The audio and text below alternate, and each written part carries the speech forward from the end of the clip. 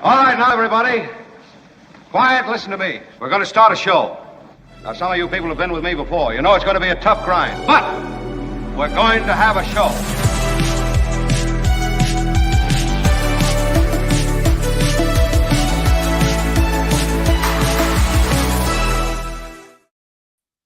Good morning to you. It is the Mark Show.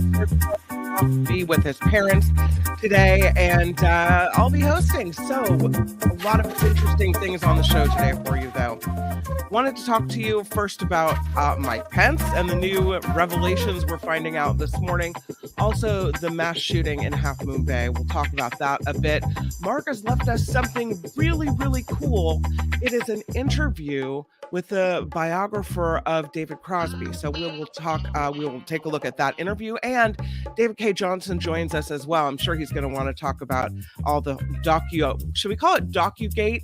Is it time to give it a name now? Because I don't think we're going to get away from a new cache of documents being found at a politician's house.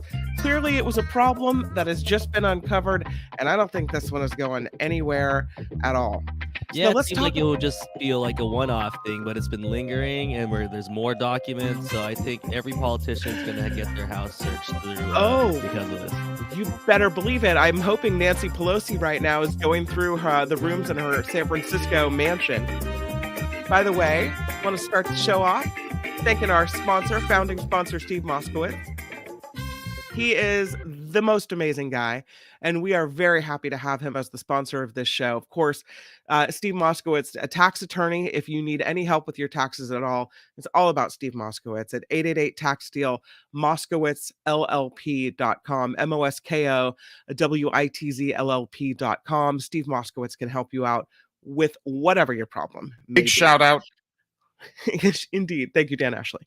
All right. So thank you, by the way, for being here, everybody. I appreciate that in the chat. And already see people are being very generous. So thank you for that. By the way, please click the like button. I don't want Mark to think that he's only the one that gets all the likes. It goes right to his head. You know how he is. He's kind of a big deal. So let's make sure. Your iron rod. Smash it with your iron rod. Give us a little love with the like button. You can donate if you would like to, and we always truly appreciate it. From the bottom of my heart, I have to tell you. You can do that via the website at themarkthompsonshow.com. Don't forget the it's pretty important. Themarkthompsonshow.com. And on the website, you'll find not only links to the shows, which is a great way to find it if you can't find the shows on YouTube or you're having trouble searching. Always a really good way to kind of navigate your way around it. Also, though, you'll find two places to donate there. It is the Patreon, and also, I believe PayPal is on there, right, Albert? Yeah, PayPal and here, I'll pull it up Patreon. here. So and then you can, the live chat is open. You can always give here on YouTube as well. So thank you if you are so inclined and so moved to do that. We really do appreciate it. If not, please click the like button and let's all move on. That is Albert, the show's executive producer. How are you this morning? I'm good. Really sad news for the Asian community. I know we're going to talk about it here, but usually when those type of news happens, I immediately think of the show and I think of the people involved and how we have to talk about it because it's a big deal and it's scary. It's very scary.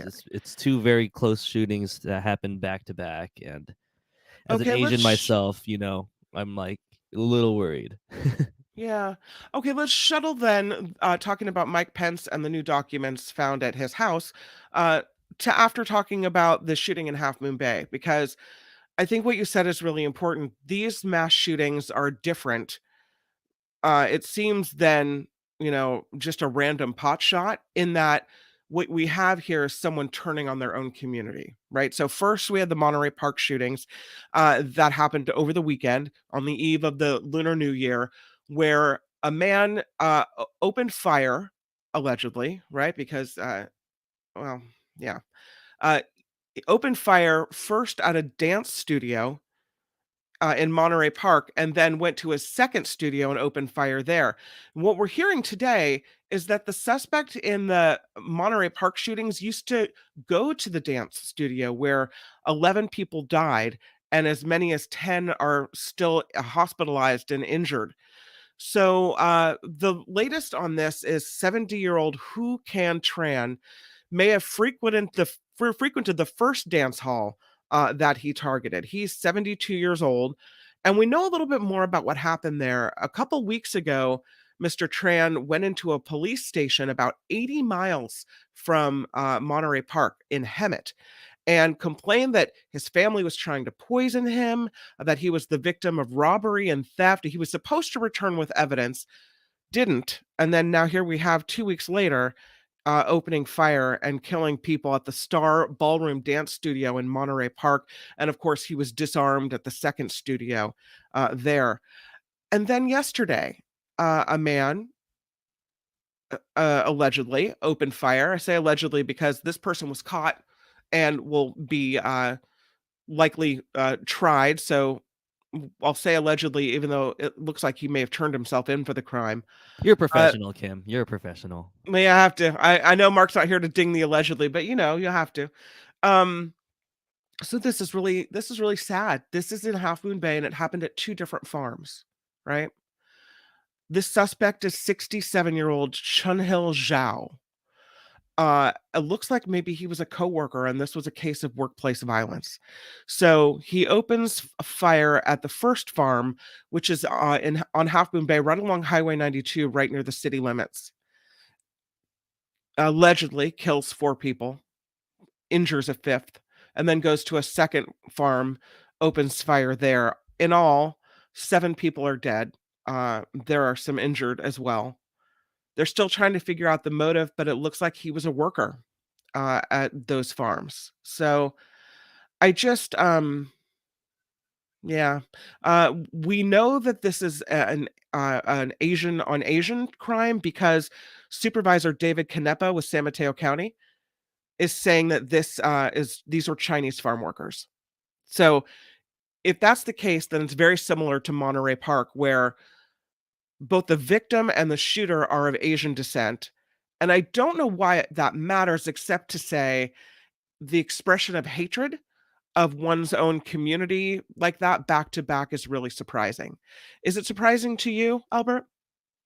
Yeah, it's surprising, and especially because it's just back to back, and we've unfortunately been kind of desensitized to, I remember there was that one, I think it was 2019, there it was just like every other week there was a shooting, and it was unfortunate that we'd had to report on it at our old station.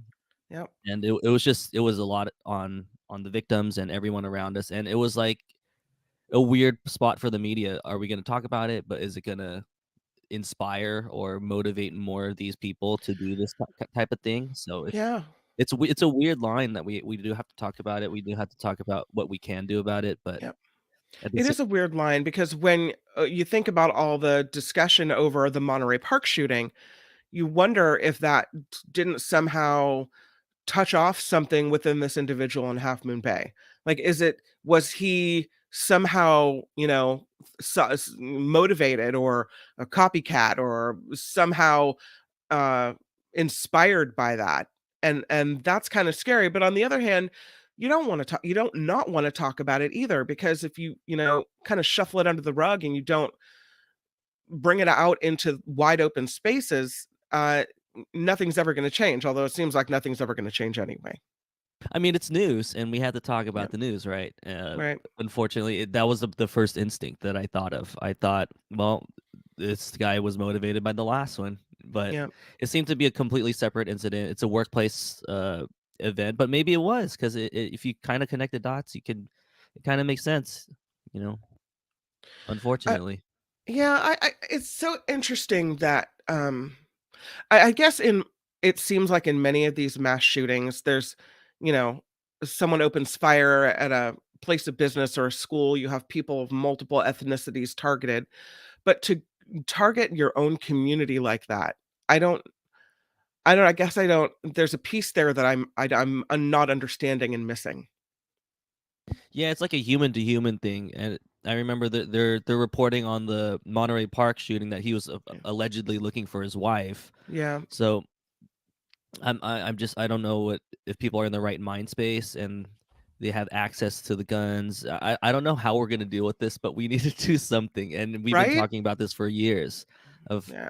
okay, we like the freedoms, we like the guns, but also Yeah. how can we kind of pull it back to maybe not have the guns in people's hands who shouldn't have them? But it's kind of impossible to track at this point. We're a little too far gone with this. Well, meanwhile, you have the same voices saying, "Yeah, nothing's wrong. We'll just keep doing what we've always done. It's okay. Just look Oh away." yeah, we got the usual names thumping that Bible here in the United States. Mm. Yesterday, Governor Gavin Newsom was in Monterey Park visiting the victims of one shooting when he heard about the victims of the next shooting in Half Moon Bay. Different situation, but still people dying because of gunfire. This one in Oakland. 7 people injured, 1 killed in this particular incident. When people opened fire at a gas station, this is a Valero station on MacArthur Boulevard last night. Police get there, everyone is scattered. People have been driven to the hospital in private car, but they find them at the hospital. 7 wounded. 7 shot, I should say, 1 dead. No suspects in custody there. So different situation in Oakland, but still more people falling to gun violence. And again, what are we going to do? So we have, in the last several days, all these people dead here in California. Nothing is going to be done about it. It's hard because, as Albert said, that you have to talk about it, that it's news. We need to know what's going on in our community. But on the other hand, it can be really depressing because, if at least let's talk about it for a reason so that we can get to the fix. We're just never going to get to the fix. Yeah, it's just like another day of reporting, another day of, oh, this is very unfortunate, or Yeah. trying to think of the mind psychologically what that individual is going through at that moment, and then it's just a new panel talking about it on TV on every different channel. So I want to see something done, and I mean, Gavin, I'm sure Gavin's getting ready for his presidential campaign, and these are a whole bunch of incidents that just happened in his state. So Right. we'll see how he responds. He did a great job during COVID at the beginning, and then he kind of got a little carried away. But we'll see how he deals with this, and I hope we do get at least something. I know he's really progressive here with a lot of what he's trying to do. And he's made a lot of changes, so we'll see how he does it. Well, he's known for making big, bold moves. I mean, remember what he did in San Francisco. And maybe he has to tamp it down a little bit with a potential run for the presidency. But I'm betting if I know Gavin Newsom like I think I do, just on the outside looking in and having interviewed him a few times, I bet when he was at the hospital visiting the victims in Monterey Park yesterday and got the call about Half Moon Bay, he was livid. I bet he was impassioned and on fire. So we'll see what happens. I don't know. I'm looking forward to see what his response will be. Of course, Mark Thompson's traveling today to the East Coast to be with his parents. He left us a gift, though. I'll tell you that. Something pretty special. Of course, this week we also lost musician David Crosby. And Crosby wrote his memoirs with screenwriter, famous man in his own right, Carl Gottlieb. You may know the start of his wild life of a ride of a life. David Crosby wasn't the nicest guy. That is covered in the first book that came out in 1989 called Long Time Gone. But he kind of changed a bit and became a nicer fella. And so there's a second book from 2006 called Since Then. So let's listen in. This interview is in 2 parts. This is Mark Thompson and Carl Gottlieb.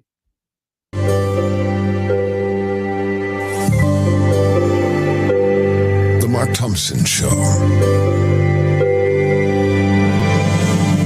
It's really an honor to have this guy visit us in the shadow of the passing of David Crosby, a guy who knew Crosby very well, a biographer, and he wrote with him, sat with him, and I'm really anxious to know many of the details that I suspect were left out of many obits.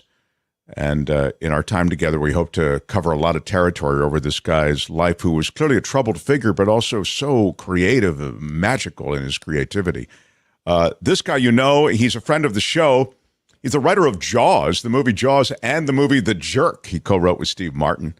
And as I say, he wrote with David Crosby the biography. So without any further delay, a Mark Thompson Show welcome, please, for Carl Gottlieb. And Carl, welcome, sir. Yeah. Oh, happy to be welcomed by the mythical applause. The guy had this amazing life. As you look at, the airliner view of this guy's life, how would you describe it? Extraordinary. I mean, he was on the cutting edge of American pop music for 50 years. I mean, he's the only guy, or one of the very few guys, to be inducted into the Rock and Roll Hall of Fame twice with two different bands. Both the Byrds, his original band, and then later on Crosby, Stills, Nash and Young. And he earned that place every time. Did he? He was clearly this great harmonizer and great creative force from the standpoint of writing music. His collaborations began in that Laurel Canyon incubator that we've heard so much about. There was even a documentary about that. You were part of that scene too, the Laurel Canyon scene. Oh yeah, no, absolutely. The house that I lived in at the time was like exactly halfway between Laurel Canyon and all the musician hangouts of consequence in Hollywood, the Wally Heider Studio, the Greek Theater, the Hollywood Bowl, Sunset Sound, Western Recording. So people going to or coming from work, the studios, would stop at the house to have a joint and, lie back and, would kick back and talk about what they just saw. I remember more than once, Crosby would appear with someone in tow and say, you got to hear this person. And one time it was Joni Mitchell, and another time it was Jackson Browne. And it was their first public, they had never performed in public before. Crosby was producing their first albums. So that's insane. So this guy, in addition to writing his own stuff, he had an eye for other talent, apparently. An eye and an ear. Yeah. So Crosby was, then take us through the early part of his first ascent. Then you go ahead. Because after I tell you to go ahead, let me interrupt you.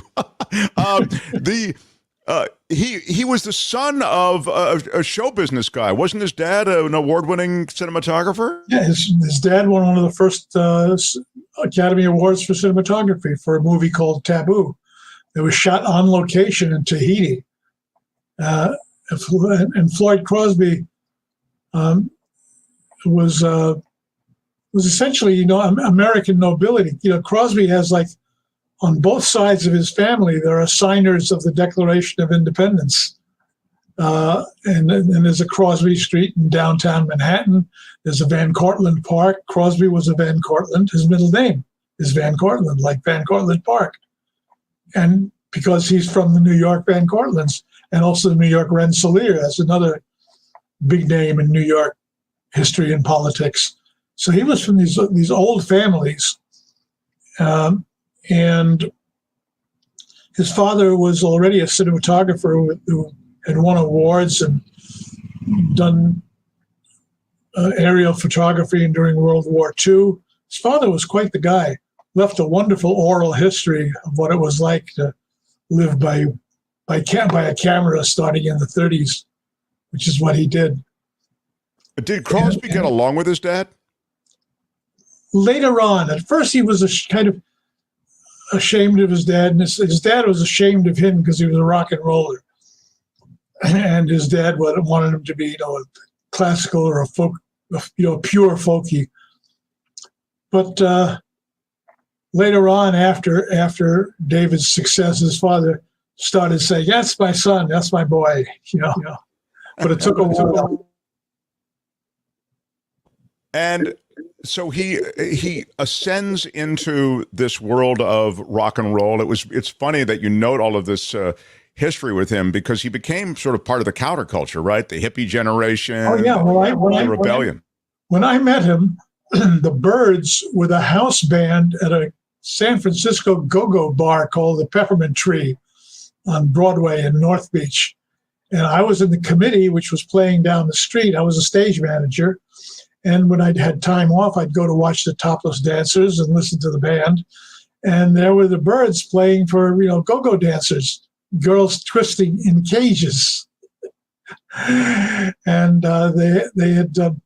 they had made their first record, but it hadn't been released yet. So we were just hanging out. I was hanging out with David in San Francisco. And then they finished the gig and they left San Francisco and they drove down to LA. They bought Odetta, remember her, folk singer? Sure. Odetta had just a tour in San Francisco and was selling her tour station wagon. So the boys bought it and loaded their equipment in it in San Francisco and drove it to LA.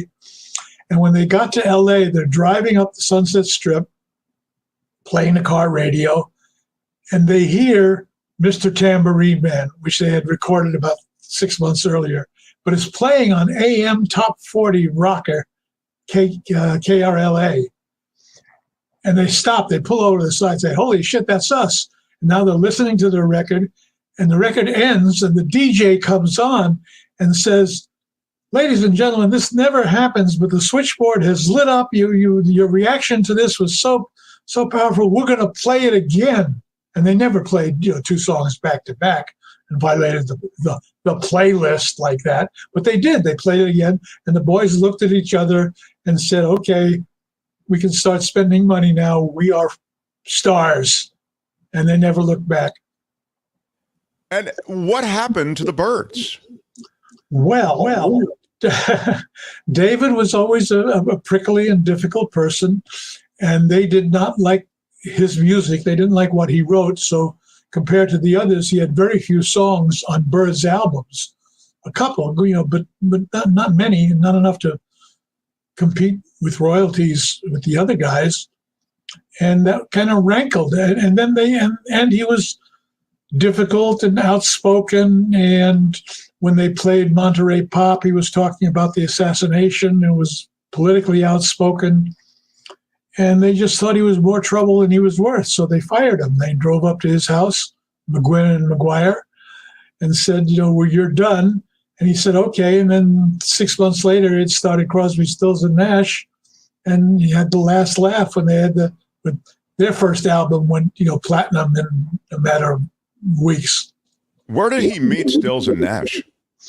Up at Cass's house. Mama Cass was the matchmaker. Cass had a kind of a salon going. She had a house up in Laurel Canyon, and there was always people hanging out there. And she said, Nash was fresh from the Hollies, and he was new in town. And Crosby was producing Joni Mitchell's first album at that time. And it just seemed natural that they all get together. And nobody remembers exactly where they hit upon collaborating, but it was either in Cass's swimming pool or at Cass's house, where the three of them sang together just for a lark, and then looked at each other and they heard that sound and they said, we got something. And Ahmet Ertegun, who ran Atlantic Records, agreed with them and said, let's do a record. And they had a manager named Jim Dixon who had already recorded 2 or 3 cuts, Long Time Gone, or was it? Yeah. So they had recorded a few things. So they put them out, and the rest was history. And that's extraordinary. I mean, you talk about lightning striking. You have to be there. And so, I understand that Crosby was difficult, and it's been well reported that he was difficult, and you've just even referenced it with the Byrds and all this sort of thing. And it's talked about really in all of his breakups along the way. And we'll get maybe more into that and further. But I guess what I'm getting at in the question is, clearly he was getting along though with Nash and Stills. They were working quite well together as those albums exploded in popularity. Yeah, they did. The breakup, their breakup didn't happen until much later, and you can blame drugs for that. Crosby himself, I think you write about this. He blames himself for that. He says, "Wow, I would have gotten rid of me also," type thing. Yeah. He was insufferable, and high all the time. And they just said, we don't need you in the band. And then they cut him loose, and within months he had hooked up with Nash and Stills at Cass's house. Cass was like the marriage broker who brought them all together. But what happened to that band? I mean, the Stills and Nash, because they were jamming for a while, as you say, they exploded in popularity that well exceeded that of the Byrds. Yeah, they did, but once again, Crosby was difficult, and he was lapsing deeper and deeper into addiction. He was truly addicted, and it was so bad he could barely walk and talk. Did you know him through this entire period, Carl, or were you in and out of his life? No, I knew him the whole time. When he was in jail, I went to visit him down in Huntsville Prison in Texas, and also in the Dallas County Jail, where he was in administrative segregation. And he just begged them to put him in general population, because for his own welfare, and because the keeper of the Dallas County Jail didn't want any incidents. They just put him in isolation. So he was 23 hours a day in solitary, and you get out for 1 hour a day. You get out to walk around in a yard with no other people. And he said, "Get me out of here. Send me to Huntsville, Texas. Send me to the state penitentiary. I'll do better there." And he did.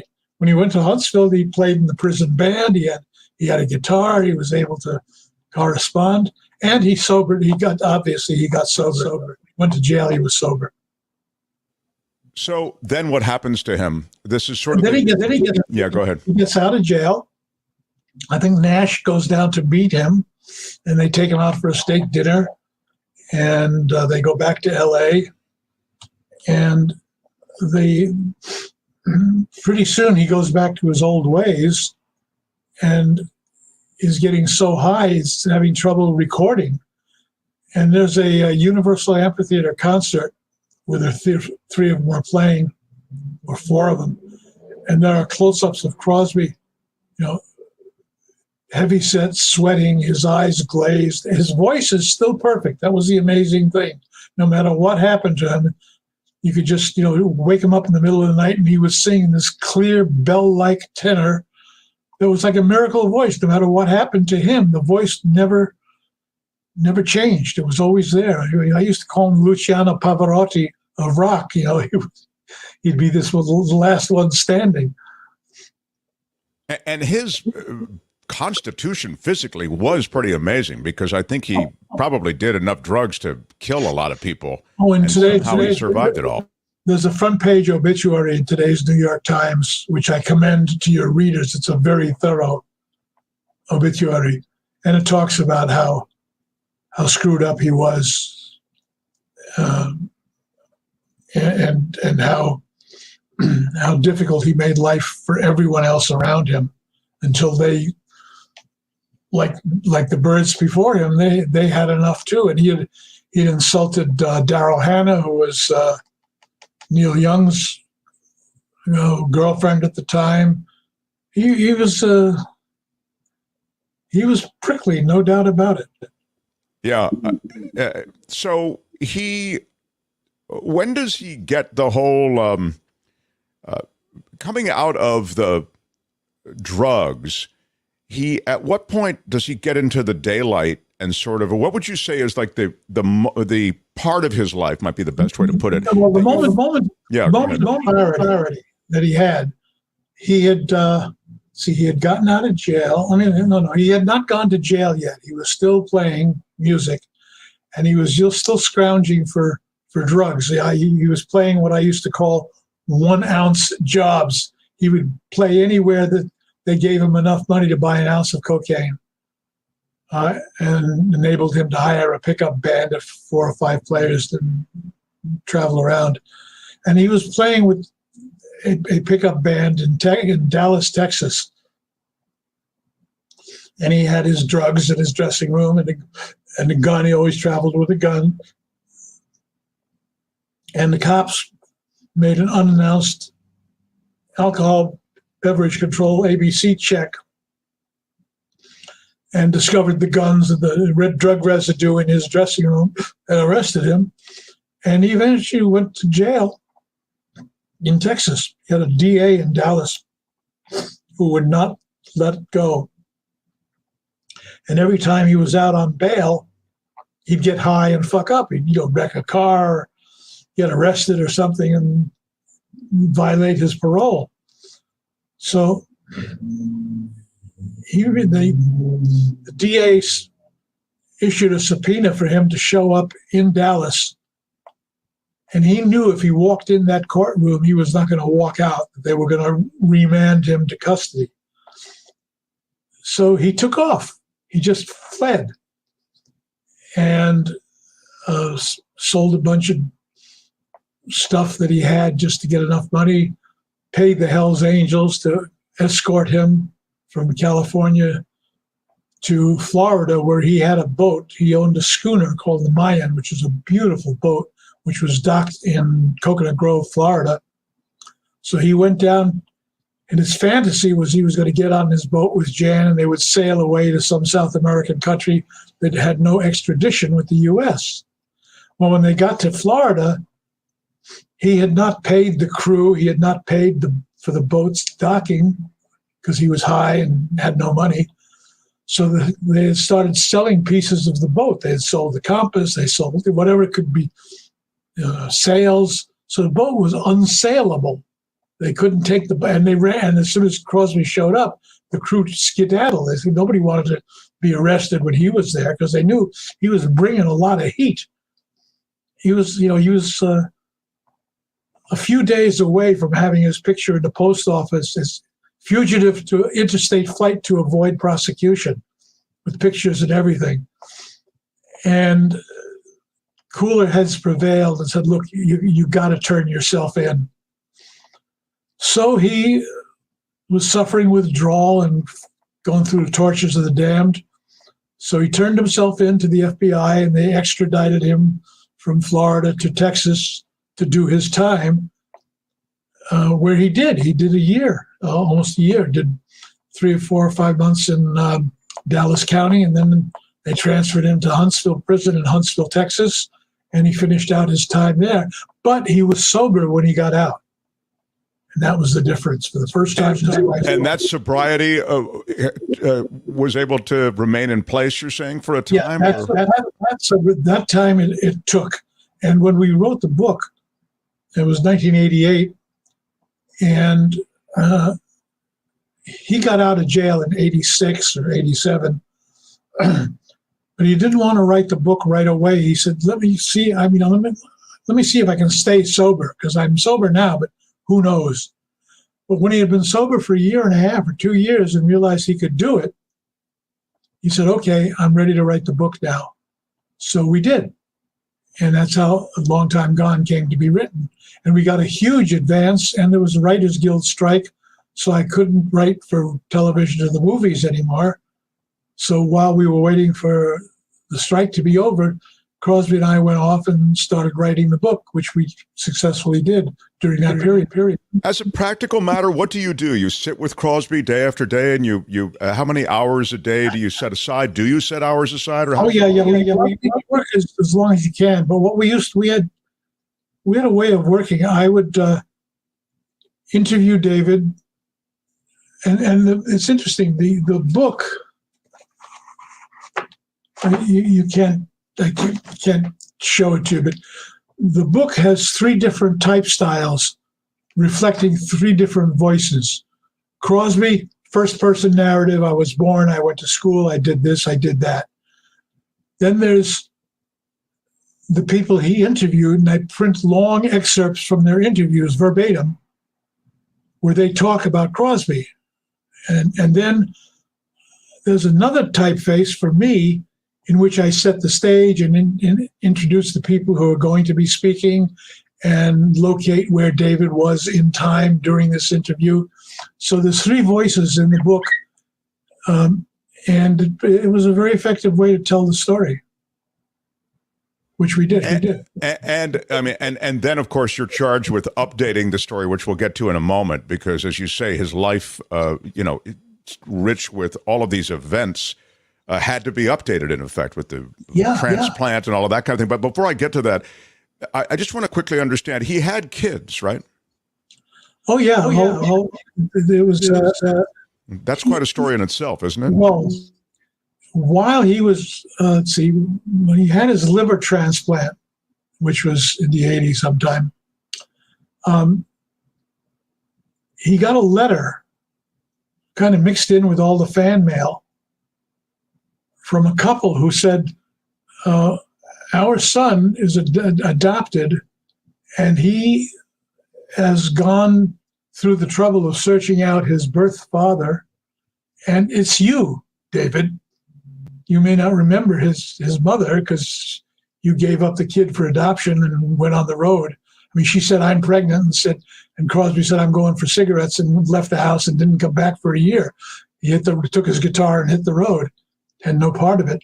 So she had the baby by herself, gave it up for adoption, and the kid was raised by a nice couple in Pasadena. And as it turns out, the acorn doesn't fall far from the tree. The kid was a musician and a composer and a gifted singer, and he was already like a backup piano player for the Spice Girls for their American tour. So Crosby picked up a son who was like him, a musician, composer, and when they met, Crosby was just recovering from his transplant, and he met this guy, and who said, "Yeah, I'm your son. I was adopted. I have nothing against my parents. I love them. They raised me well, but I play music, and I wanted to meet my father, and that's you. And by the way, we have to cut this interview short because my wife is giving birth to a daughter, so you're going to be a grandfather any minute now." Then he went off to Cedars, where his wife delivered baby Django. Wow. What a story. Yeah, Carl, stay right where you are. I want to take a quick break, and then when we come back, I want to touch on I want to touch on all the rest of his life, as best we can in a short time, and that includes the transplant and includes a surrogate child. There's so much, that just was so much rich detail to this guy's life. So Carl Gottlieb, the author of Long Time Gone, the David Crosby biography. So cool to spend some time with us. Back with Carl in a moment. The Mark Thompson Show. And we will pick up where we left off with Mark Thompson and Carl Gottlieb in just a moment. But first, how about a little bit of news from the Mark Thompson Show?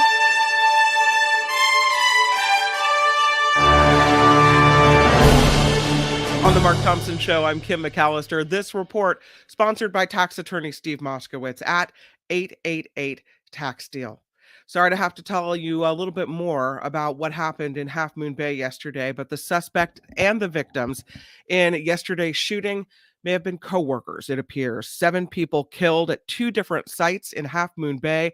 The San Mateo County Sheriff's Office says all evidence points to this being a workplace violence incident.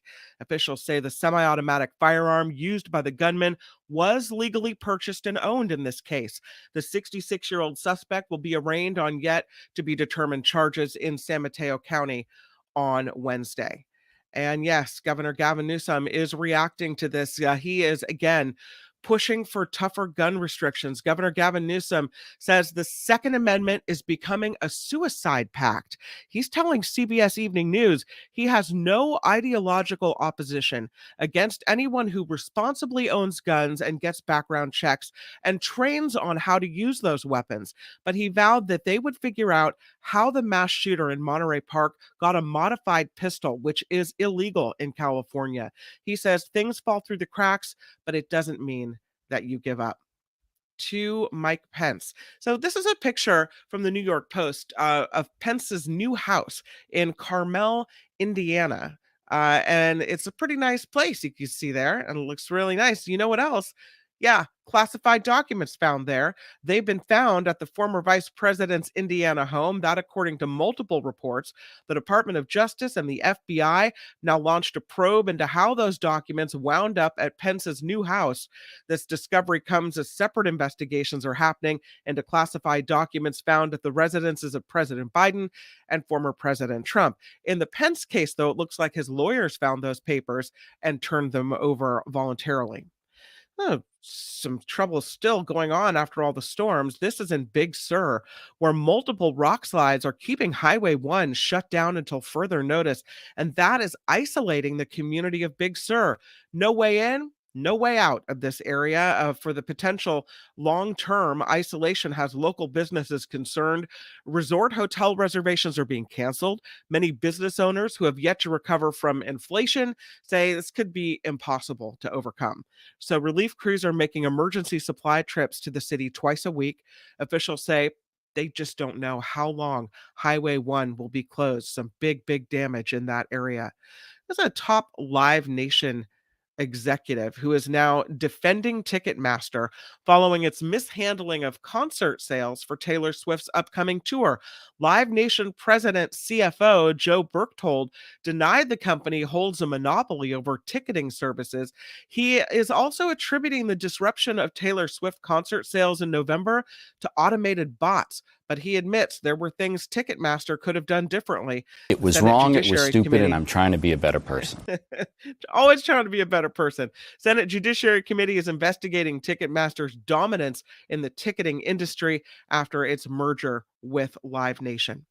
And Twitter is being sued, this time in San Francisco, by a landlord, 9 Market Square, claiming the social media giant didn't pay rent this month or last month, totaling nearly $7 million. The company says it used most of the, yeah, that's how much that costs. Company says it used most of the security deposit to cover half the payment, but wants the rest now.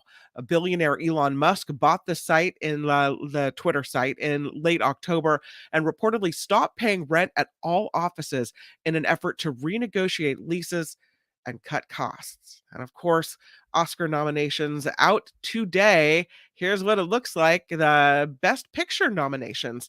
They include All Quiet on the Western Front, Avatar, The Way of Water, The Banshees of Inisherin, and Elvis. Also nominated Everything Everywhere All at Once, The Fabelmans, Tar, and Top Gun Maverick. Getting the nod as well, Triangle of Sadness and Women Talking. Seems like an awful lot of movies to choose from. The 95th Academy Awards take place March 12th at Dolby Theater in Los Angeles. And of course, this report is indeed sponsored by tax attorney Steve Moskowitz. For more than 30 years, Steve has put his tax knowledge to work for individuals and for businesses alike. If you need help with your taxes, it's all about Steve Moskowitz. He's at 888-TAX-STEAL. You can see at the bottom of your screen, MoskowitzLLP.com as well. And our thanks to Steve for being a founding sponsor. Really, he's got your back. If you have a tax situation, if you have a question, or if you've got a real problem, Steve is the one to call. He's who I'd call. I'll tell you that. All right, part 2 of this interview with Mark Thompson and Carl Gottlieb as we find out what happened in David Crosby's life and how he kind of turned a corner and became a different person. That's now here on The Mark Thompson Show. The Mark Thompson Show. The Mark Thompson Show. Back with Carl Gottlieb. Yes, and the canned applause that Carl and myself both live for. Carl, so we were just talking about the son who musically gifted as was Crosby. He's reconnected with. He also had a surrogate child. Yes. Melissa Etheridge, the singer, and her partner, Julie Cypher, were a same-sex couple, and they wanted children.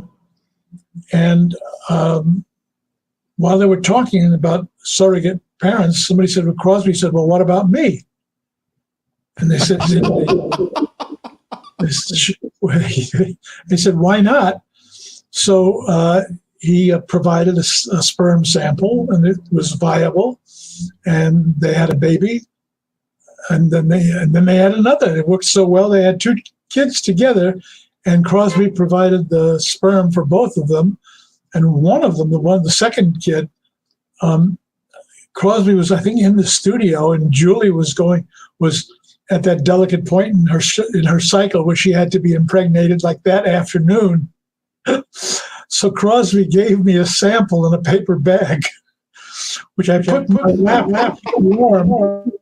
And I drove to where Julie Cypher was, and Melissa, I gave him the paper bag. I said, "Here you go, fresh, right from the source." You get the assist, is what you're telling us, Carl. Yes, put me down for the assist. And that took also, they had 2 lovely kids. And later on, they split up and they had custody issues. And I think one of the kids died tragically in an accident of some sort. But, but in any case, he had those 2 children. Now, in the meantime, he also fathered another kid with a young lady who was one of an entourage of young ladies back in the 60s and 70s that Crosby maintained. It's interesting. He wrote a song called Triad, which is, at first blush, sounds like a commercial for multiple partner sex. But he has since then said, no, he wrote it as a tribute to his wife, Jan. Okay, maybe. And same with a song called Guinevere.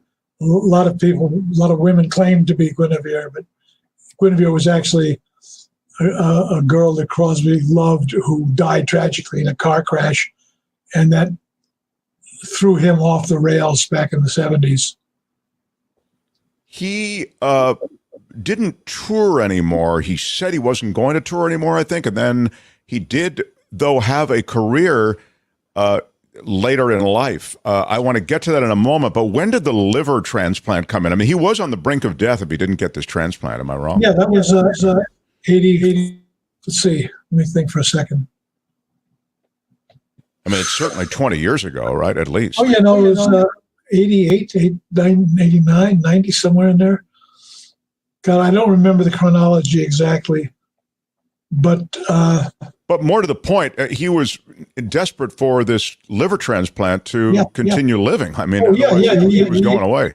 He was, a week or 2 away from dropping dead from, liver failure. But he had a great transplant surgeon at UCLA, a guy named Ron Busatil, who did an effective liver transplant.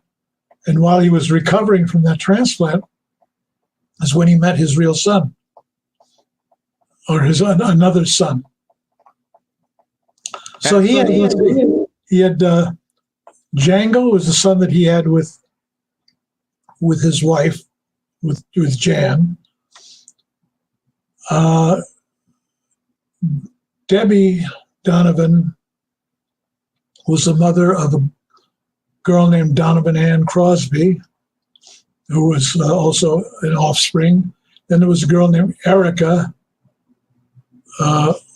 who had, after she was born, moved to Mexico and lost track of her biological father until he turned up. And I don't know, he must have about 6 kids. Yeah, Debbie Donovan. Was that he had as a child Donovan by another partner? This Debbie Donovan. I'm just looking now because you've got Donovan Ann Crosby's stepmother, Donovan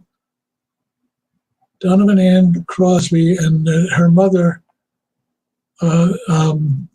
Debbie Donovan was. Debbie Donovan's mother and father were Imogene Coca and an actor named King something or other. Oh my God, that's great! That's wild. The kind of the strands that go back to show business, huh? So that was Debbie's ancestry, and so Carl, his rebirth or his continuation with his life, but I'm talking about the rebirth of his career, in effect. I mean, as a recording artist, as a creative force, that did happen in a big way after that liver transplant. And he had a charting record in 2014. I think he had an album that actually charted in a big way. Yeah, so he was able to reboot. Yeah, no, he very, very luckily, the band that he formed, and also he started because he was not cloudy with drugs anymore. He had like a whole second life where he was prolific. He was writing songs every day. He'd wake up in the morning, pick up the guitar and play. He was really rediscovered his music and did like 4 albums with James and this band called CPR, James Raymond, Jeff Pevar, and David Crosby, and a couple others. And they like I said, they made records that sold. And finally, there was a documentary done about him. I haven't seen this documentary. A.J. Produced by Cameron Crowe, yeah. Yeah, A.J. Eaton directed it. It's a good one. And then this A.J. Eaton directed documentary, as you say, he is pretty frank, apparently, about his life. In other words, his appraisal of things is, it doesn't gloss over what he feels is sort of the uglier parts of his personality or history. No, he always had a gift for self-deprecation.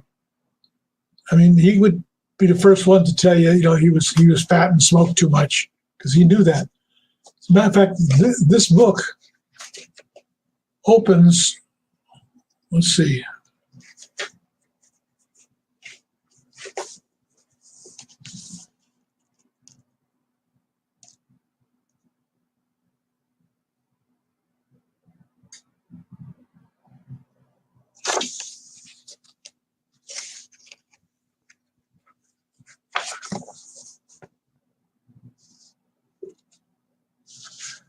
That small print says 42-year-old single white male rock musician, Crosby.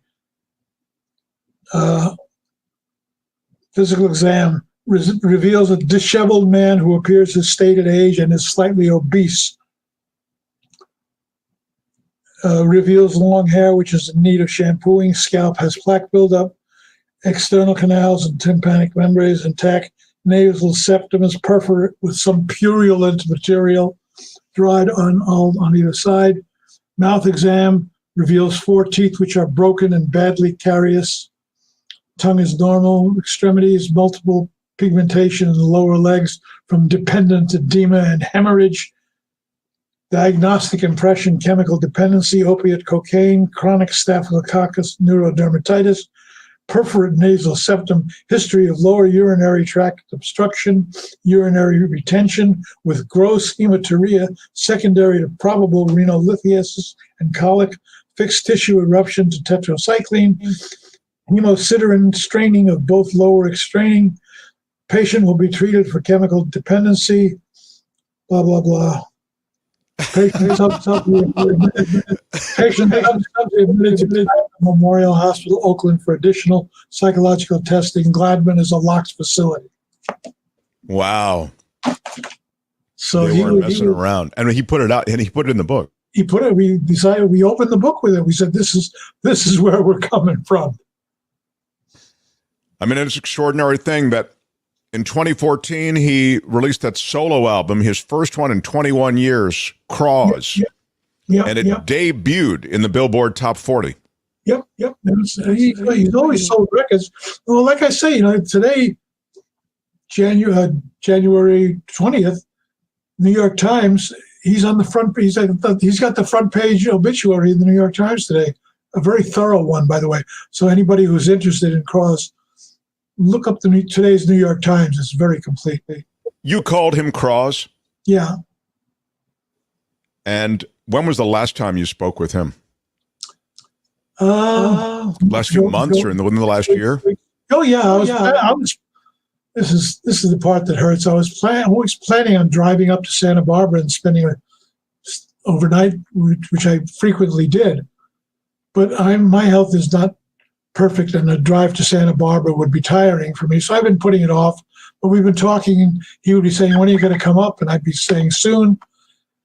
And the motto is never put off till tomorrow. What you should do today.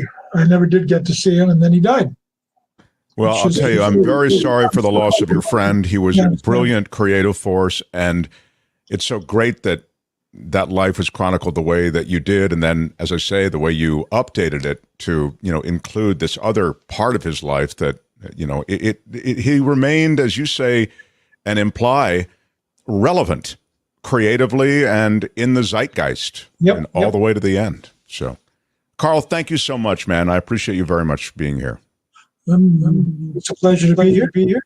Carl Gottlieb, everyone. Carl, I'm going to, what is that, Carly? What were you going to say? I could talk about Crosby forever, but I did it in 2 books already, so just buy the books. Long Time Gone. And then the second iteration, the iteration of Long Time Gone is? Since then. Since then. Carl Gottlieb. Thanks, Carl. Okay. Right on, my friend. The Mark Thompson Show. The Mark Thompson Show. Mark Thompson and Carl Gottlieb, wonderful interview. I thank you for being here for it. Also, thanks to our founding sponsor, tax attorney Steve Moskowitz. He is at 888 Tax Deal. He is also at moskowitzllp.com, making things like that interview possible. Very grateful for that. We have David K. Johnson coming up a little bit after 11 o'clock, and we'll do a little bit of news before that as well. But before that, I was hoping maybe we could play a bit of a game together. I know Mark's big on games, so I got this story, this press release, and I thought, as I got to the end, makes perfect sense. So don't look it up, but see if you can hazard a guess, at what type of substance this fellow may have been taking. You ready for this? Here's the press release. I didn't rewrite it, didn't do any of that. See if you can play along, Albert. On Sunday, January 22nd, the Yuba City Police Department received several 911 calls related to an adult male, later identified as 44-year-old Larry Reed from Olivehurst, damaging a vehicle in the parking lot of a Raley's on West Onstott frontage using a hatchet. What? Mr. Reed smashed windows, allegedly, of an occupied vehicle with somebody in that car before walking away. Occupant of the vehicle not injured. As officers were responding, Mr. Reed walked back to the parking lot and confronted a male employee of the Raley's who had just arrived to work. Mr. Reed struck the employee in the leg with a hatchet, causing the person a non-life-threatening injury. Smash the employee, it with your iron rod. No, don't do that. The employee runs to the store, trying to get away from Mr. Reed, but Mr. Reed allegedly chases after this employee. Once inside the store, some employees and customers fled outside for their safety. So he runs in, everybody else is running away. As Mr. Reed, as you would, by seeing an angry guy with a hatchet rolling in, Mr. Reed was apparently running through the store, according to police. An additional customer grabbed Mr. Reed by his sweatshirt and struck him with a product scanner in an effort to subdue him. Clocked him right in the head with a scanner. Mr. Reed detained by 2 Raley's employees until Yuba City police officers arrived on the scene and placed him into custody. He was transported to the with non-life-threatening injuries that he sustained to the Rideout Hospital, later booked in the Sutter County Jail on charges including assault with a deadly weapon. It was wrong, it was stupid, and I'm trying to be a better person.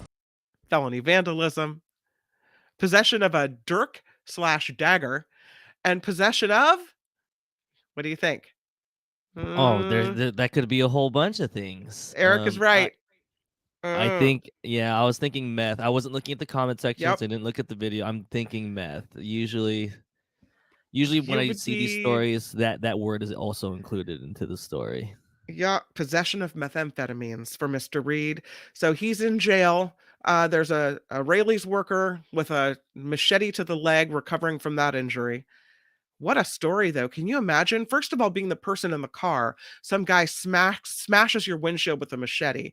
Then you're just coming to work. Some guy's chasing you through the parking lot with a machete, running into the store. Employees trying to smack him in the head. Iron rod.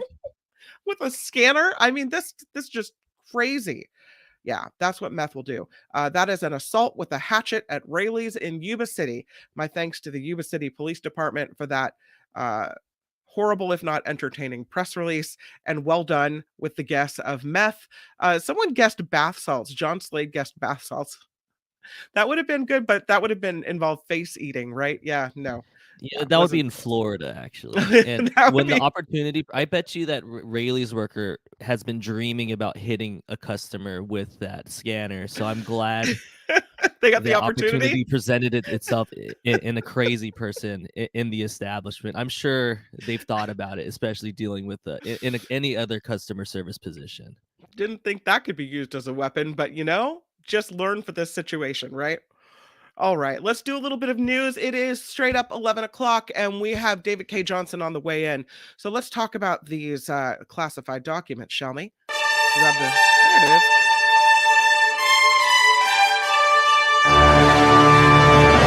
On the Mark Thompson Show, I'm Kim McAllister, and this report sponsored by tax attorney Steve Moskowitz at 888 Tax Deal. Yeah, let's go back to Mike Pence because this is it's every day. Somebody else has classified documents. I'm telling you guys, we got to fix this system. This is classified documents reportedly turning up at the former Vice President Pence Indiana home. According to CNN, a lawyer for Pence discovered about a dozen documents labeled as classified. The news comes as the Department of Justice and the FBI are already doing separate investigations into classified documents found at the homes of President Biden and former President Trump. And one wonders, who else? Who else has classified documents kind of just sitting around? Gathering dust, You or kind of have to maybe think that all politicians are, making their moves now. I'm surprised Mike Pence everyone's looking. was already here. Maybe he thought it wouldn't be him, but I'm also looking into his house because I did see in the comment section, we're always curious about how many bathrooms in these extravagant homes. So maybe I'll have that for the bottom of the hour news. Yeah, here's the house. It is a newer house, so they had to move the documents probably from one to another. We're guessing. Who knows? Maybe they'll find some, on the end table with some drink circles on them, just kind of willy-nilly laying around.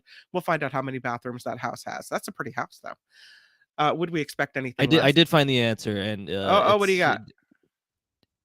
Maybe I shouldn't share it. Maybe I'll hold on to it, and we'll have it at the end of your news. Okay. Okay, I like it. Start guessing in the comments. Start guessing. Yeah, how many bathrooms does that house have? All right, let's get to this story. Senate Democrats vowing to defend abortion access after the Supreme Court's decision to overturn Roe v. Wade last year. Senate Majority Leader Chuck Schumer says the chamber will be blocking any bills from the Republican majority House aimed to restrict abortion. He said extreme MAGA Republicans are pushing for a nationwide abortion ban, and he is calling that absolutely un-American. And I've been following this story. Let's get to this. This is Mr. McGonigal, Charles McGonigal.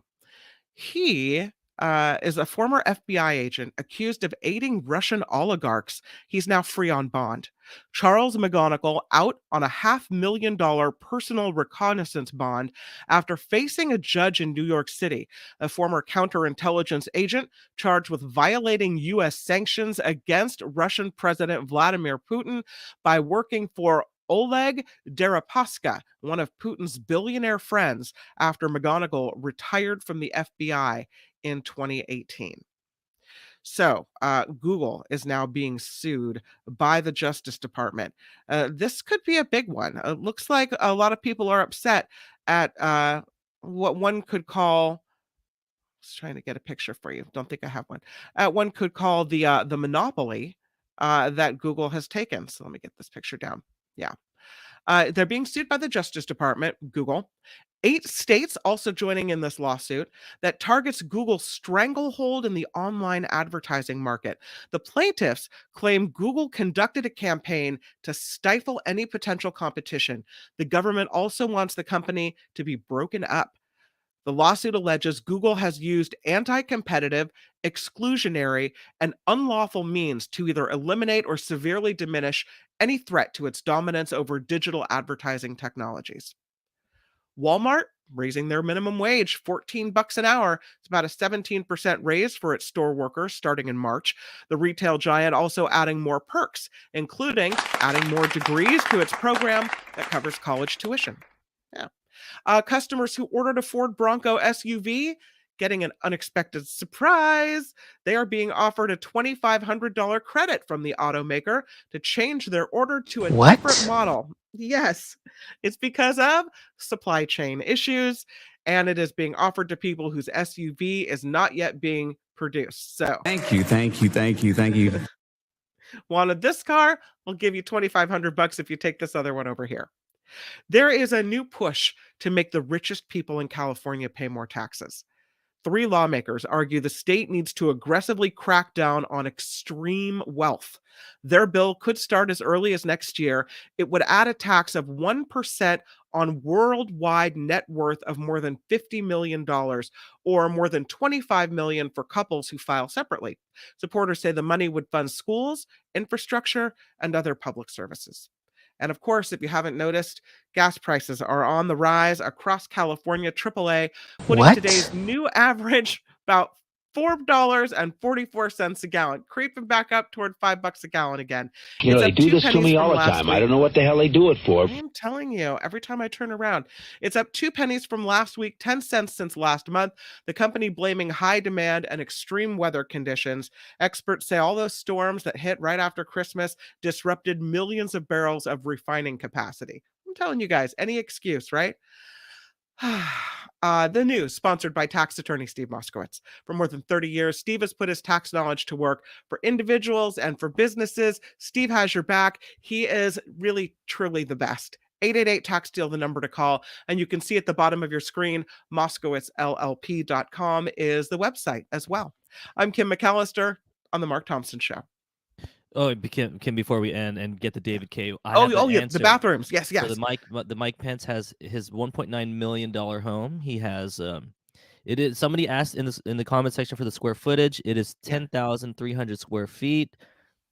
There's been a number of guesses, very close guesses, and the answer is a 7.5 bath house. And how much was that house? 1.9?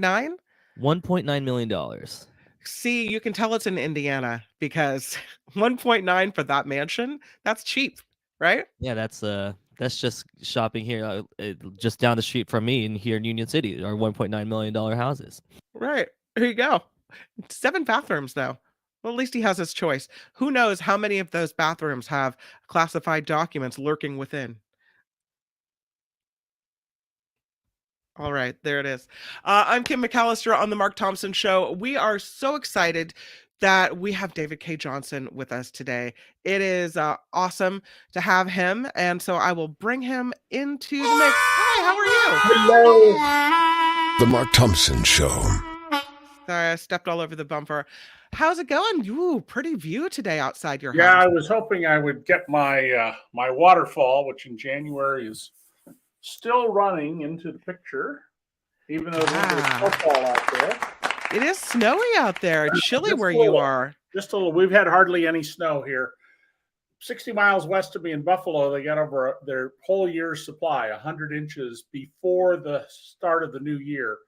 But we've had hardly any snow this year. Oh, it looks pretty out there, though. For us in California, it looks like a winter wonderland out there. Yeah, when I was a kid, it was like, snow? Grandma, you grew up in snow? Tell me about snow.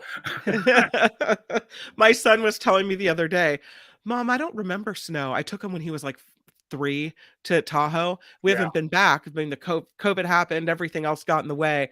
So now I feel remiss that my 8-year-old has no idea what snow looks like or feels like. Let's get right into it because we got a problem in this country. This whole documents thing is getting out of hand. So the FBI is investigating Trump and Biden, and now we've got Mike Pence's attorneys saying he's got these classified documents as well. Who's next? What's going on?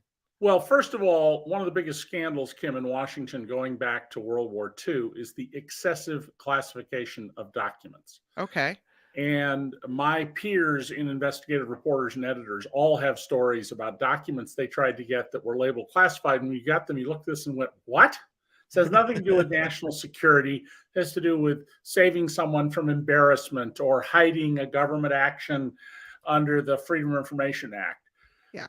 But there is a very important distinction between what's going on with Joe Biden and Mike Pence.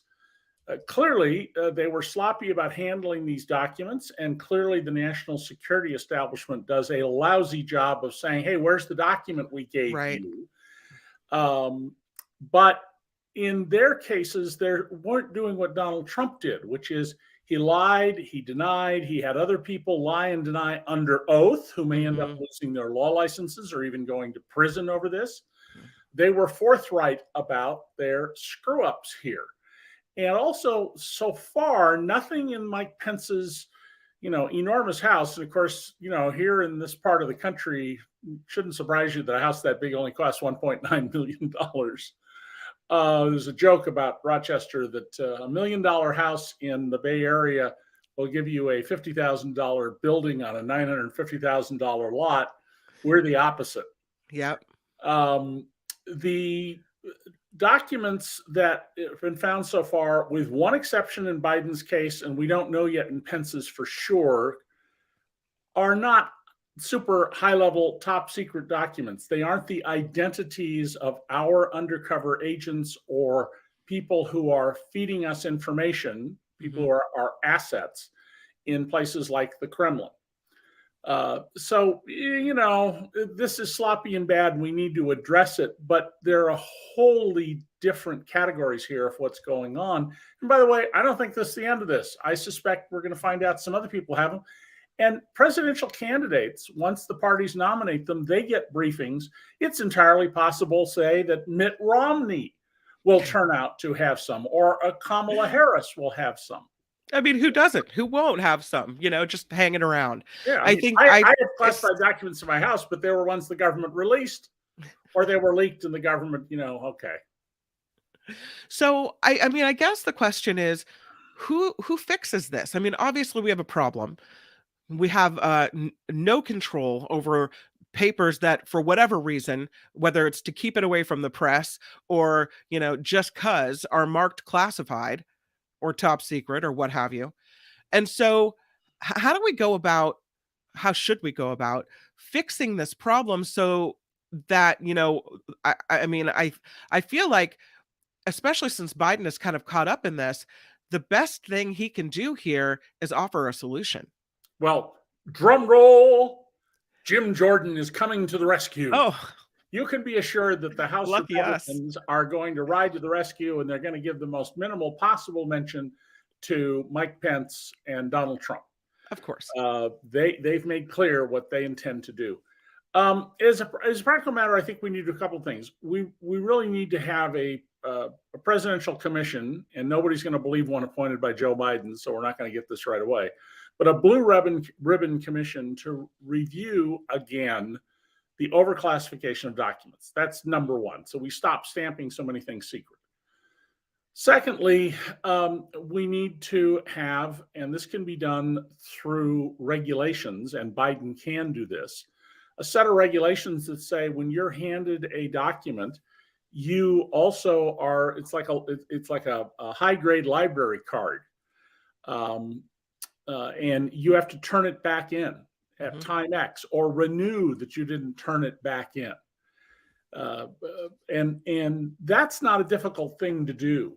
And I think is absolutely essential that we do this, because there's just clearly there's a casualness about, you're the vice president of the United States in the case of both Pence and Biden, or a high-level senator who's involved in foreign affairs, as Joe Biden was for many years.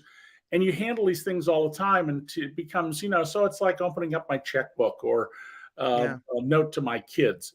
But the agencies should be told, you have to maintain control of these things, and we can do that through the regulatory process and what's called promulgating a new rule. I feel like people should treat these documents like I treat my social security number. Safeguard it, know where it is, keep it to yourself, and, make sure it's in a safe place. Your wallet, your purse. Or my safe deposit box, or whatever. Car, the garage. Yeah. Not in my desk or my office, just hanging around where I'm just not sure. Well, yeah, certainly you don't want to put it down on a bar when you go to have a drink after work. No, but I think a presidential commission would work. I think there should be staff members also assigned to the White House, assigned to definitely on move out day to make sure that these documents don't go anywhere else. So we'll see how this all. Someone is going to say that in a congressional hearing, and I can almost tell you what Jim Jordan and his friends will say. So you want to spend more government money? Oh. Well, hey, we got a problem. We got to fix it. So if it costs something, it costs something. We have a very clear problem. And I do think we can relatively inexpensively fix it if we require a logging system for these documents. Yeah. That's really the sort of shocking thing is the very super high level documents that were found in Mar-a-Lago, that it's clear now from the court record, the federal government knew Trump had these records. They sent down a senior justice official to say, give them back. And we're told we don't have these records. Those are all indications of a criminal intent.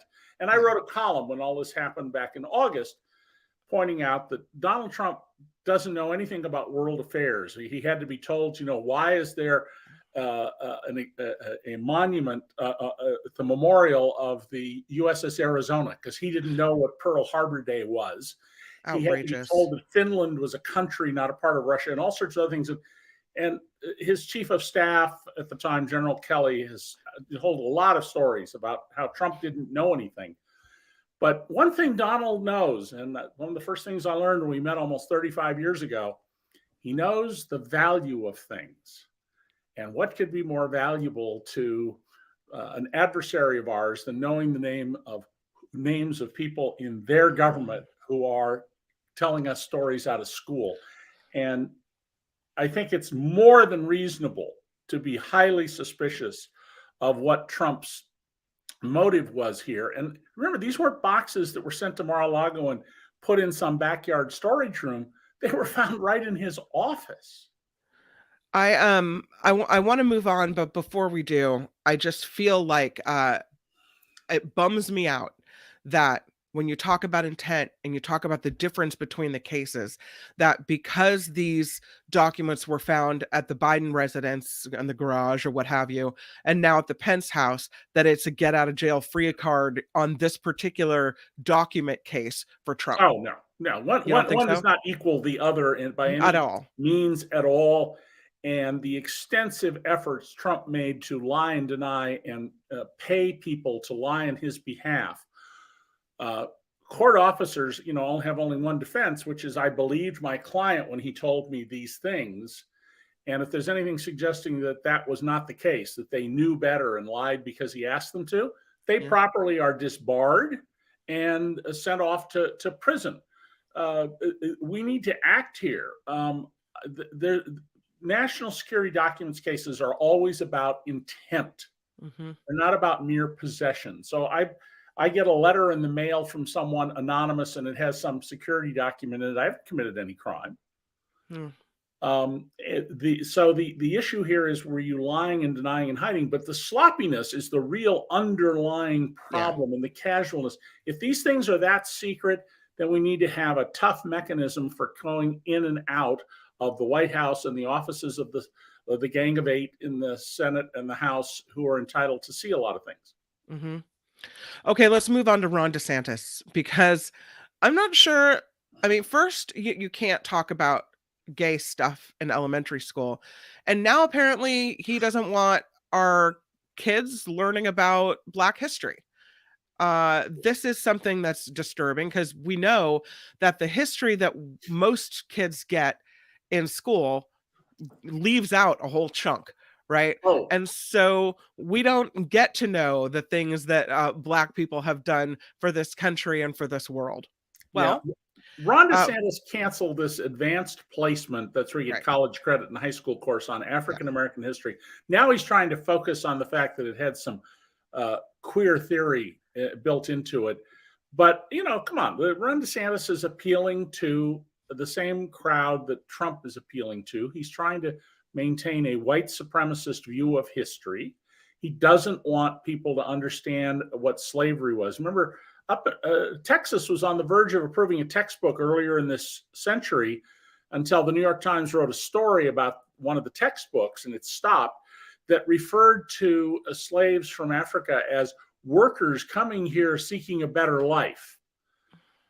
So DeSantis here is just appealing to the racist crowd. Here's the problem he's got. He wants to be president of the United States. It's the number of people who are spitting blood racists in this country isn't big enough to elect you to the White House. And it will draw out decent people who see people based on their character, not the color of their skin. Right. It's not a smart strategy for the long run, but it does show flat out what a racist he is. Yeah, I mean it's outrageous. I can't, and why? I mean, why would you take a stance on something like that? I mean, you're talking about his base, but it's so random that you would just pinpoint that. Well, I think it was an easy target for him, actually. I'm not surprised he did this. I'm surprised he did it with basically a meat axe instead of a scalpel. If he'd just gone in and said, we have to review this because it's got this queer theory that I think may be inappropriate for high school students, as if nobody in high school has a sense of their sexuality, that would be one thing. But when Ron DeSantis was a member of Congress, he had a reputation as a guy who gave empty suits a good name. A real non-entity. And his leadership of the state has consistently been one that simply pushes an agenda of, white is right. It's frustrating. Again, we're talking about Ron DeSantis and marking Black History Month, by the way, by vetoing the nonprofit College Board's proposal to give Florida students the opportunity to take an advanced placement class and then followed by a test, I would assume, on African American studies. So, great. If you get a high enough score on the advanced placement test, you can get college credit for your classes. You wanted to talk about war in the Ukraine. So let's talk about that. What's the latest? And what I was just reading a story about the Putin's pivot on Ukraine could mean war in Europe for a long time to come. Yeah. I followed this very closely, and I have a couple of advisors, one of whom was literally a military strategist and rocket scientist, and others who communicate with me almost every day about the war. And I have a number of Ukrainian friends. And Russia has largely depleted its capacity to fight. Its mercenary group, the Wagner Group, who went into the prisons and said, well, we'll let you out of prison if you go fight. Apparently, their casualty rate is running 80%. I don't care how cohesive and determined your military unit. If you're fighting for your homeland even, and you're having 80% casualty rates, you're not going to have a cohesive fighting army. And Putin is clearly unwilling to accept that he is not going to win this. And now what he wants to do is speed up what was his plan all the way along. I mean, Putin has been clear in his own writings and speeches for years that he intended to put back together the old Soviet Union, and that he thinks democracy is a joke. It's one of the things he's most clear on in the record, that only people like him should be running the world and telling people what to do. And if you don't like it, well, we have a gulag, or we'll just poison you. And maybe your underwear, poison your underwear. I'm sorry that gasoline prices are higher, and I know there's a lot of pain for people in doing that. But that's the price of our freedom, because if you put back together the old Soviet Union, there's going to be continued warfare and trouble. And notice what the Chinese are doing. China and India were the richest countries in the world 500 years ago. China has this concept of Greater China, and they want to take back Taiwan, where the nationalists who lost the Civil War in 1949 are. They want to dominate Tibet. But they have been using awful means to control people within the zones they control, but they have not been rolling tanks across borders to take land. And there's no indication they plan to do that, with the exception of Taiwan, which I think is a lot of saber rattling, at least for now. But what Putin is doing is just indefensible. And remember how he started this. He was going to denazify the country. Ukraine, a country with a popularly elected Jewish president. I mean, there are Nazis in Ukraine, without a doubt. There are Nazis in the Bay Area. They're everywhere. Yeah. Yeah, they're everywhere. Sadly. That's no reason to go and act the way that he has. And I understand from his perspective that he can make a strong case that he feels threatened because he's surrounded by unfriendly countries. Well, why are we unfriendly to the Kremlin? I can't imagine any reason, Kim, that we should be concerned about the Kremlin, especially when it goes and proves, yeah, we want territory. We're just going to roll in and kill people. And this is consistent with hundreds of years of Russian military behavior. Killing women and children. Yeah. Deliberately targeting hospitals and schools while children are in session. Those aren't mistakes. That is the Russian approach to terrorizing people. And so I think we're going to see some awful battles. I hope the Ukrainians get more of the HIMARS artillery, which are incredibly precise. They get the Leopard 2 tanks from Germany via Poland. And I don't understand why General Austin, our Secretary of Defense, is against providing our best tanks to the Ukrainians. He says they're too complicated to learn how to work. Ukraine, like Russia, is full of the most remarkable people in getting things to run when they don't even have the right parts. But I firmly believe that if we don't stop Putin, your 8-year-old will be concerned about what's going on with Russian aggression when your kid is my age and the hair has turned gray.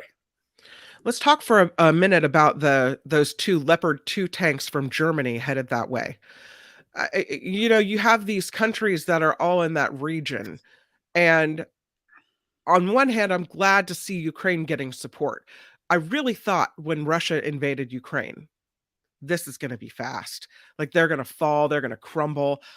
Are you surprised to see Ukraine rise to the challenge? And now you're talking about, Russia's kind of capacity to fight being somewhat depleted.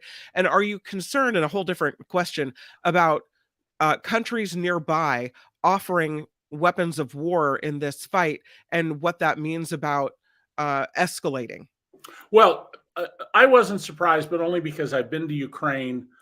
And as a result of, there's a very large Ukrainian community here in Rochester, New York. I had studied some of the background of this. Kyiv was a thriving metropolitan city 1,000 years ago when Moscow was 2 huts in the middle of the forest. If there's a mother country here, contrary to what Putin says, the mother country would be logically Ukraine, which the Soviets, by the way, used to call the Ukraine. And I've noticed a couple of times on Fox where there's great hostility to the war. Tucker, I'm rooting for Putin, Carlson calling it the Ukraine. Right. Exactly as the old Soviet did. That the people fought back so valiantly? No, people do that in their homeland. That's the lesson America should know better than any other country.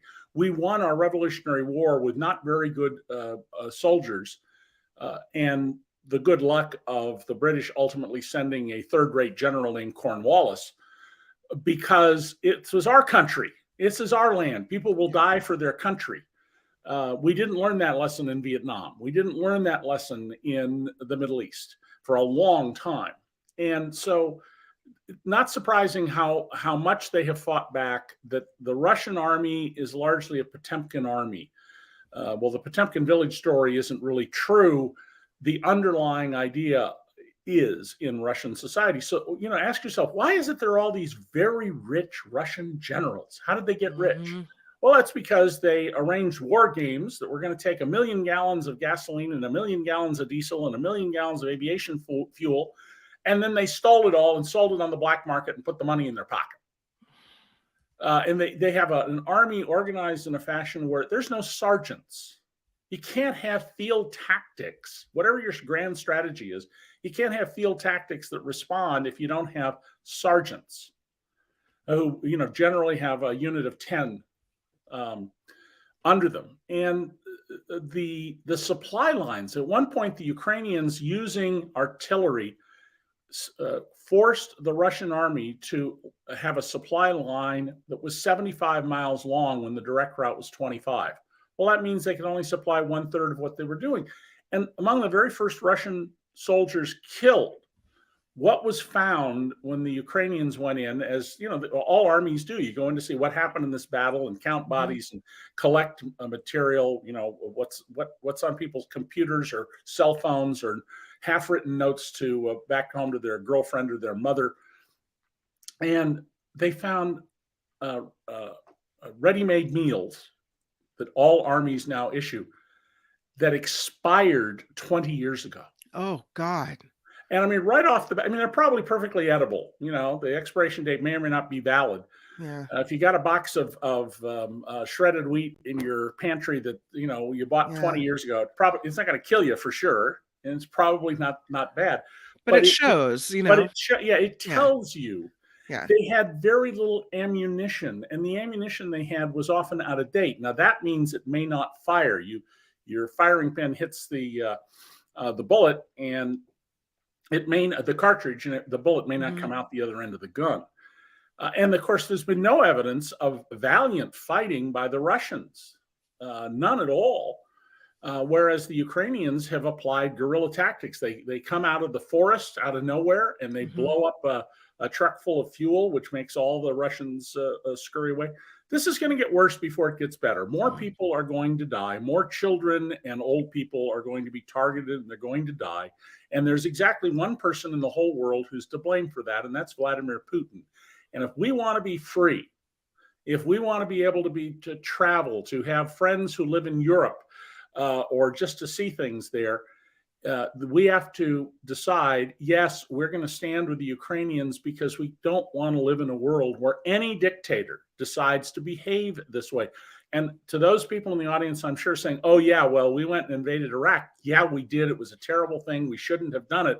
Right. That is not an excuse for giving Putin anything but a resolve that we will not stand for this in the modern world. Let's switch to guns. Here in California, we've had back-to-back mass shootings. And while this story doesn't necessarily pertain to that, it's just frustrating when you think about the fact that these shootings keep happening and nothing is being done really to rein in gun violence in the United States. Looking at dcreport.org, there's a story here about a lawsuit targeting ghost gun regulation. Did you see this one? Yeah. This is a firearms maker, and 17 states say the ATF rule on ghost guns violates the Second Amendment. Well, what do you mean? If you can't regulate ghost guns, what can you regulate? Well, the problem we have is there's a bunch of people who have this absolutist notion of the Second Amendment. Supreme Court has made it very clear in a number of decisions that no constitutional right is absolute. The Constitution, as one justice put it once, is not a suicide pact.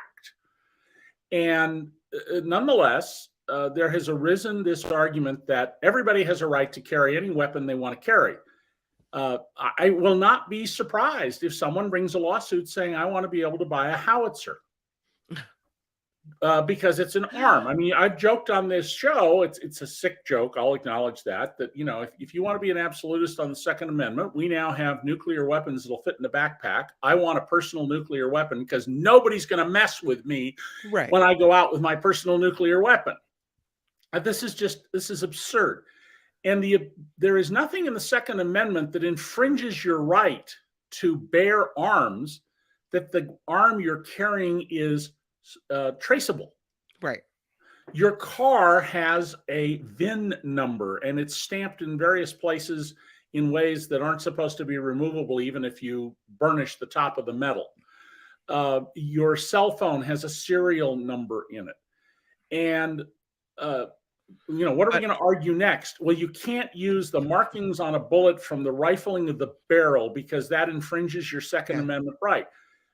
This is legal nonsense. And at the core of this is the Supreme Court effectively edited words out of the Constitution.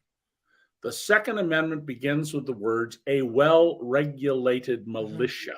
Yeah. The militia does not mean these groups who go play warfare in the countryside and try to overthrow the government, as we saw 2 years ago. Yeah. If you belong to the National Guard, hey, fine, you can have all the guns you want. But there's no reason to allow weapons of mass destruction, military weapons. And most military weapons, by law, you cannot possess.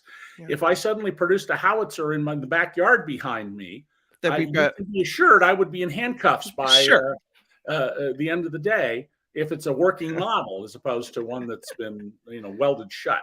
Right. So, Kim, this is just a really serious problem with this notion of absolutism about the Constitution. And there's no evidence that the founding fathers had an absolutist view of these things. And things change. I just taught my first class of the year at Syracuse University College of Law. And we talked about the Constitution and privacy and how concepts change over time, and things that Justice Louis Brandeis wrote in a dissent when the first wiretapping case came up involving a corrupt Seattle police officer during Prohibition. And without a search warrant, his phone conversation was tapped and they used it to catch him. And he was a huge bootlegger, totally corrupt guy. And the Supreme Court initially upheld this case, but the dissent, which later became the law, was that, the constitutions have to be written to be enduring. And Brandeis said, the day may come when the government, without breaking into your home, can determine what papers are in a drawer. Yeah. I mean, the government can now look through the walls of your house and tell heat signature and who's there. Who's in there. People growing marijuana at home have been arrested over that. Sure. So the Supreme Court put a stop to it. Yeah. But we have to recognize the Constitution is not a suicide pact. And the idea that, responsible gun owners, I've been a gun owner. I've owned lots of guns in my life. That's not the answer here to this. When you have 6-year-olds who go to school and shoot their teacher, and you have, in the case of the Monterey Park shooting, right? Monterey Park is a very heavily Chinese American community, but it has both people from mainland China and from Taiwan. So there's a vast array of political views and philosophies. And the shooter in this case was apparently, as I read the news, another Asian individual. Right. That's so true. It wasn't a racially motivated thing. And I hope we find out if it was politically motivated or he was just nuts. But it looks like a combination at this point of the investigation in Monterey Park, a combination of mental illness and domestic violence, both. Yeah. Anyhow, we can reasonably control guns. In the Supreme Court decision, when you go back and read it, the one that caused us the trouble here actually acknowledges that the government has the capacity and the power to regulate guns. Here in New York State, we passed a law that says, guns are off grounds in places like Times Square with its huge crowds and the subways and churches. And, there's a lawsuit. I should have a right to bring my concealed weapon to church. Well, no, you shouldn't have any right to bring your weapon to my property. And if you're the pastor or the imam or the rabbi, you should be able to say, no guns here. And that's that. That's the end of the discussion. You're talking about the Constitution. And I always was taught that it was meant to be a fluid document, that the beauty of it was that it could change with us over time. Well, clearly, we have a humongous problem. We have mass shootings every time we turn around. We had the Monterey Park. We had Half Moon Bay. Last night in Oakland, couple groups of people opened fire on each other at a gas station. Bad place to open fire, by the way. But 7 people were shot. 1 died there as well. Different type of violence, but still you have a loss of life. And now we have people saying, wait a minute, even having a serial number on a gun infringes on my right. Well, then who's going to be responsible and do something? I'm outraged that, why people can't see we've got a problem and say, let's look for a solution, not keep limiting the possibilities of solutions. Kim, I think all the public polling and deep survey work shows that the vast majority of Americans understand this. The problem is that people don't have an interest in putting time into it. This is one of the problems in a large, complex democracy. It's like the pipeline ripoff that I exposed 20 years ago, where the pipeline companies take you for, I said 3 cents a day, Congress did a study and says 2 cents a day. You're going to go join the protest against the 2 penny a day ripoff. On the other hand, the handful of people who get the money are getting a couple $2 billion a year through this little device. And, we can't look at everything as individuals, and people just don't get motivated unless something happens to their child or their loved one, as a general rule, to act on these things. And this is also a reflection of cowardice. I mean, who's one of the biggest Second Amendment voters in favor of guns in Congress? Bernie Sanders. Bernie Sanders. Why? Well, look what state he represents, and ask yourself if he'd be in office if he went to war on abuses under the Second Amendment. So long as we have the current Supreme Court, people are going to die. We need to. I'm so sad by what you just said, and I think it's key and important. What you just said is huge. Yeah, I mean, in my business, one of the things you learn is that's the way things are, whether you like it or not. And often that's the way things are means people were now told about a problem and they don't care, or they don't think it's important enough for their time, and they don't make decisions to change things. But this Supreme Court is incredibly hostile to law enforcement. And remember, this is a Supreme Court that in the Dobbs decision last summer on abortion cited as authorities 2 actual 16th century witch hunters who wanted to burn witches at the stake, and did. At least one of them did. You shudder at the thought that, this is the kind of jurisprudence that we put at the highest court in our land. Police departments generally dislike the availability of assault weapons in the field.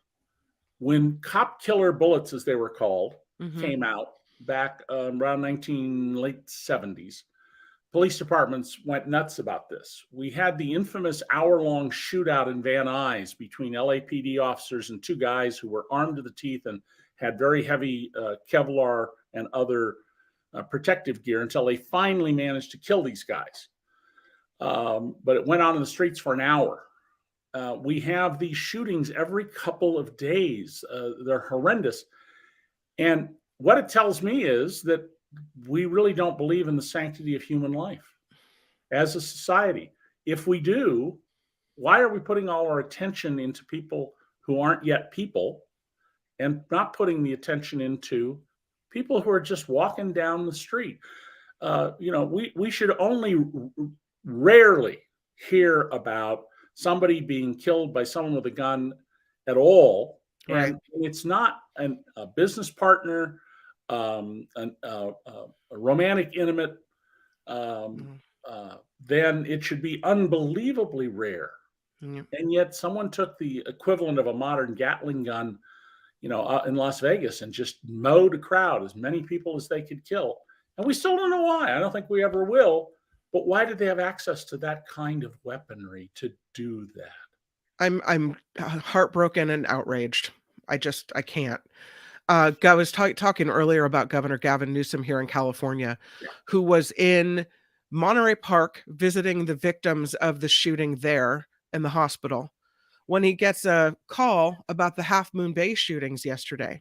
Right. And so he talks to CBS News, and already his words are being misconstrued. But I will say he gets passionate and angry, right? Our governor is one that, when this happens, I can just see the fire in him.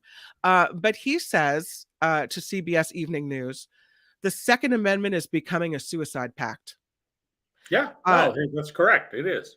He said he has no ideological opposition against people who responsibly own guns, get background checks, train on how to use those guns. But he says he wants to figure out how exactly the shooter in Monterey Park got access to this modified pistol, which is illegal in the state. This gun yesterday in Half Moon Bay, apparently that was registered, legally owned and whatnot. But he said, there are things that fall through the cracks. It doesn't mean that you give up. But when you said, as long as we have the Supreme Court we have, things aren't going to change, it almost feels like, well, then what's the point? Because they're going to enact legislation here in California that would restrict guns. That's going straight to the Supreme Court, and it's just going to get kicked right out. And so what's the point of doing anything? I wouldn't quite jump to that conclusion. I think that the Supreme Court may not be quite as irresponsible as your comment sort of suggests. I mean, I think they'll be there, but they're not going to fundamentally revisit this issue, right? For a long time. Change in a democracy takes time. All right. It's often said that the suffrage movement took from the 1848 Seneca Falls Conference, about an hour's drive from my home, to the passage of the 19th Amendment. In fact, it took longer than that. The Seneca Falls Conference didn't come out of nowhere. So it took 100 years for women who in some places had the right to vote in British colonial America to get the right to vote under our Constitution. We got child labor laws despite the Jerry Falwells and Pat Robertsons of the day 100 and some years ago going, it is God's plan that these children work in the factories, and those who propose these laws are the agents of the devil. We still got those. And so we shouldn't lose sight of the fact that over time, and that time can mean decades, we can build a more perfect union. We can get changes. At some point, we will look back in American history and there'll be a count of here's how many people died because of the Supreme Court decision and Antonin Scalia's just horrible jurisprudence on this issue. But we will at some point turn a corner. I wrote a piece that my wife persuaded me not to publish years ago. It is one of only twice that she said, don't do this. And it was after Sandy Hook. Yeah. And it said, if somebody walks in and slaughters an entire school, not just one classroom, we're not going to change on gun control. You're not wrong. And well, my wife said, and I thought at the time she had a point, if somebody does that in a school tomorrow and, they have your column in their pocket, boy, are you going to be looking awful. I actually wish I'd gone ahead and done it. Because I actually think that's true today. If somebody walks into a school today and kills 1,000 children in a school and all their teachers and the custodians, we're not going to act. And it's that unless those are your kids, people don't think it'll happen to them. Well, guess what? Yeah, it can happen to them. It's not something that people feel investing their time into unless it happens to them or someone they know. And the people who organize demonstrations will tell you that. They'll say there's no point in trying to organize a demonstration about X because here's the reasons folks want. It's a pretty well studied phenomena about what excites people and gets them to move and what doesn't. I'm sorry. Go ahead. No, it is. I mean, these are just horrible realities of modern American life. Nowhere else in the world is this happening. After the one mass shooting in New Zealand, which I just visited twice this last fall, guns gone. Guns gone, and unity about this right away. And one of the striking things when you go to both New Zealand and Australia is many public events began with a recognition that you are living on the land of the indigenous peoples in Australia, or people, because there was only one in New Zealand, and expressions of respect. And we're doing that here in Rochester, New York. I think it might be effective over a long period of time to do that all over the country, to recognize in California that, this was the land of a whole incredibly complex group of indigenous peoples. I have a map of all the languages spoken by the different indigenous peoples in the 1700s. And, just in Santa Cruz County, where I grew up, there's like 10 different languages that were spoken back then. We need to develop a respect for the sanctity of human life and We need to develop a sense that our Constitution is not a suicide pact. It is our government. We own it. We should act like owners, not like renters or, God forbid, squatters. And if necessary, then let's amend the Second Amendment, big as that fight would be, because it'll at least bring to the fore these issues. I once took a political science class, and in discussing the role of government, the instructor said, well, one of the whole points of having a government is that people need to be protected, right? So that's why government kind of leadership came about in the first place. It's why you had kings, right? It's why you had someone to protect the people, someone to make sure that that particular region was safe. So if our country isn't safe, if we're not safe from ourselves and we're hurting each other, as we see over and over again, then wouldn't that be a failure of government, that it's not stepping in to protect its people, even from themselves? Well, yes, except for one thing. We are a representative democracy, and it means it's a failure of us. We put in office the people who aren't acting to change these laws. This is going to be a big issue when my tax book comes out,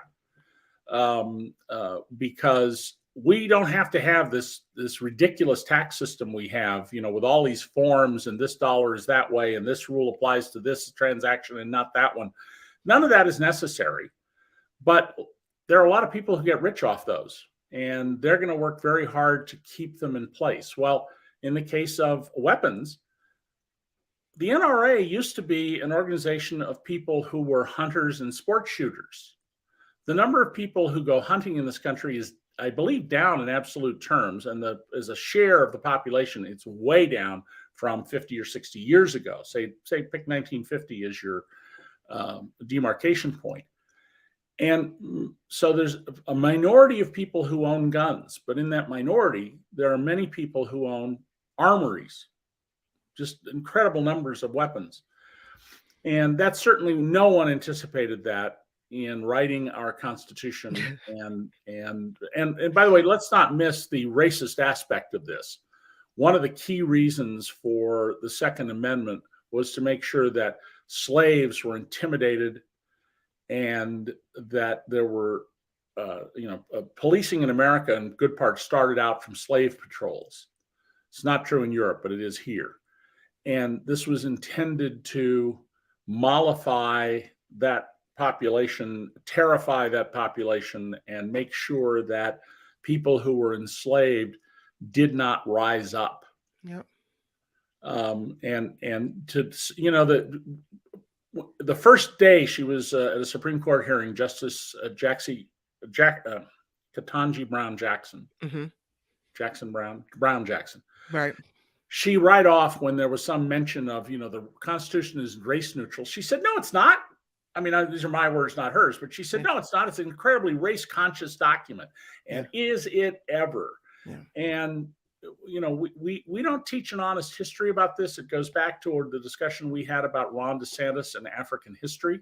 In California, we don't teach an honest history of what went on with Father Junipero Serra. The first time I got sent to the principal's office was in 6th grade, where we were learning in Santa Cruz about the Santa Cruz mission.